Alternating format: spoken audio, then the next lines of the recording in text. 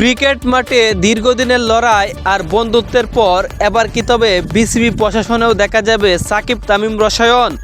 বিসিবির বর্তমান অ্যাডহক কমিটির প্রধান হিসেবে তামিম ইকবালকে নিয়ে মুখ খুলেছেন বিশ্বসেরা অলরাউন্ডার সাকিব আল হাসান। তামিমের এই নতুন পথ চলা নিয়ে কী ভাবছেন সাকিব? তামিমের উপর সাকিবের আস্থা। সাকিব আল হাসান মনে করেন যদি সদিচ্ছা বা ভালো ইন্টেনশন থাকে তবে ক্রিকেট নিয়ে ভালো কিছু করার দারুণ সুযোগ আছে তামিম ইকবালের সামনে। সাকিবের মতে তামিম ভালো লক্ষ্য নিয়েই বোর্ডে এসেছেন এবং তার হাত ধরেই দেশের ক্রিকেটে ইতিবাচক পরিবর্তন আসা সম্ভব। নির্বাচন নিয়ে সাকিবের পরামর্শ। তামিমের নেতৃত্বাধীন অ্যাডহক কমিটির দায়িত্ব নিয়েই ক্লাব ক্রিকেটের স্থবিরতা কাটিয়ে চমক দেখিয়েছেন। তবে সাকিব চান এই কমিটি যেন নির্বাচন নিয়ে খুব বেশি কালক্ষেপণ না করে। তার মতে দ্রুত একটি নির্বাচনের মাধ্যমে একটা স্থায়ী প্যানেলের হাতে দায়িত্ব তুলে দেওয়া উচিত। বোর্ড সভাপতি হিসেবে কার কাছ থেকে শিখবেন তামিম?